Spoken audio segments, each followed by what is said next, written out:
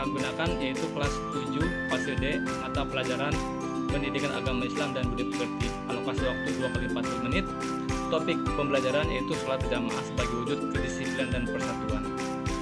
Identifikasinya itu capaian pembelajaran, yaitu peserta didik memahami ketentuan sholat berjamaah, tata cara pelaksanaannya, hikmah sholat berjamaah, serta mampu membiasakan perilaku disiplin, tanggung jawab, dan kebersamaan dalam kehidupan sehari-hari.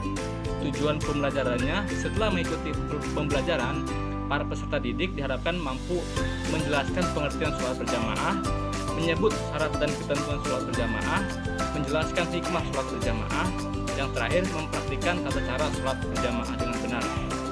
Dimensi profil pelajar Pancasila yaitu beriman dan bertakwa kepada Tuhan Yang Maha Esa dan berakhlak mulia, gotong royong, bernalar kritis, dan yang terakhir kreatif. Sarana dan prasarana yang digunakan yaitu buku Pendidikan Agama Islam dan Budi Pekerti kelas 7, Kurikulum Merdeka, Al-Quran dan terjemahan, LCD atau proyektor, papan tulis, dan yang terakhir lembar kerja peserta didik atau LKPD. Desain pembelajaran yang saya gunakan yaitu problem based learning, ceramah interaktif, diskusi kelompok, tanya jawab, presentasi, dan penugasan. Pengertian sholat berjamaah. Sholat berjamaah adalah sholat yang dilakukan secara bersama-sama, terdiri dari atas imam dan makmum. Langkah-langkah pembelajaran. 1. Kegiatan pendahuluan 10 menit. Guru mengucapkan salam dan memimpin doa. Guru mengecek kehadiran peserta didik. Guru melakukan apresiasi tentang kebesaran Allah SWT. Guru menyampaikan tujuan pembelajaran. Guru memberikan motivasi agar peserta didik semangat belajar. Orientasi masalah dalam kegiatan inti 60 menit. Guru memberikan pertanyaan pematik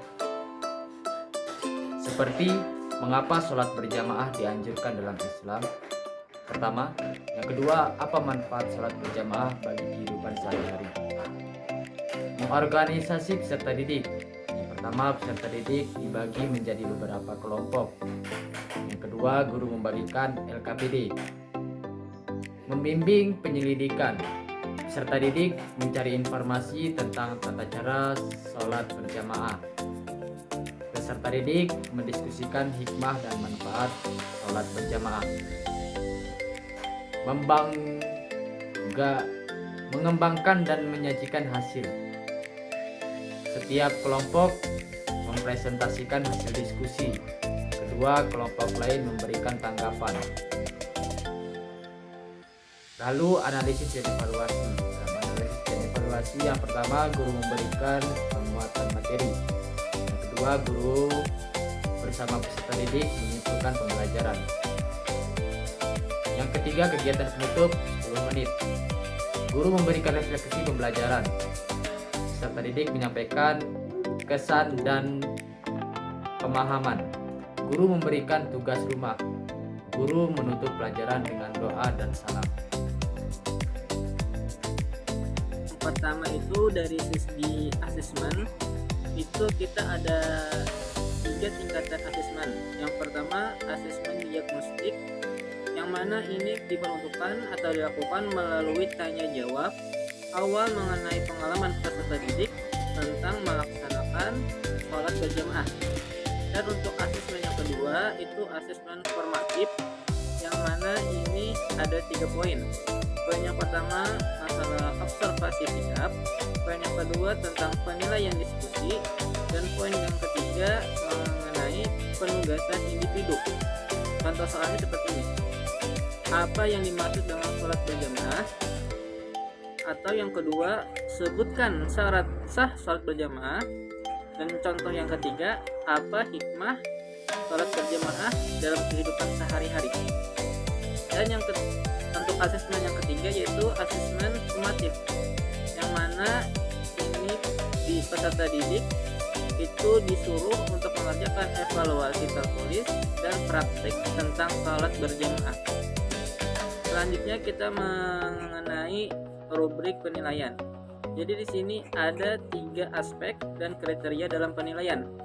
Yang pertama dari aspek pengetahuan, dengan kriteria menjawab dengan benar, maka mendapatkan skor 4. Yang kedua dari aspek sikap, kriteria aktif dan sopan itu mendapatkan skor 4 juga. Yang terakhir yaitu dari segi aspek keterampilan, kriterianya siswa melakukan presentasi dengan jelas dan runut, maka mendapatkan skor 4 juga. Selanjutnya kita dari segi pengayaan dan remedial.